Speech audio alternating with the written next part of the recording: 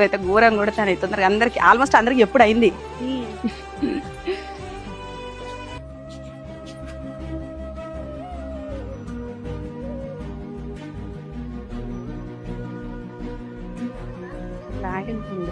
ఇక్కడ ఆడ నిలిచిందన్న చల్లగా వచ్చేవారికి ఎందుకు ఆగిందో.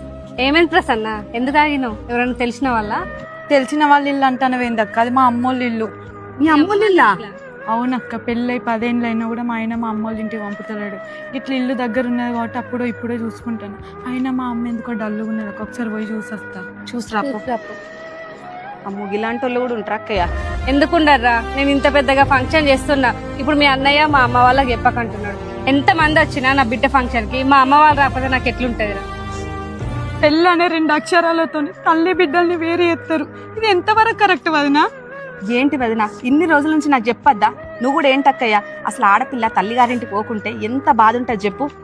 మీ ఇద్దరు మీ తల్లిగారి ఇళ్ళకి పోయేటట్టు నేను చేస్తా. ఏం చేస్తావు వదినా?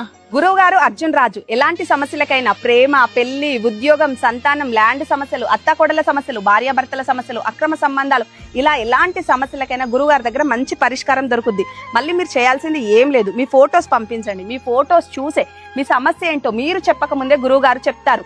మీకు నమ్మకం అనిపిస్తేనే మీ సమస్యను పరిష్కరించుకోండి. మళ్ళీ మీ సమస్య ఏంటో తెలుసుకోవడానికి కూడా పెద్ద అమౌంట్ ఏం కాదు, 350 రూపాయలు మాత్రమే. గురువు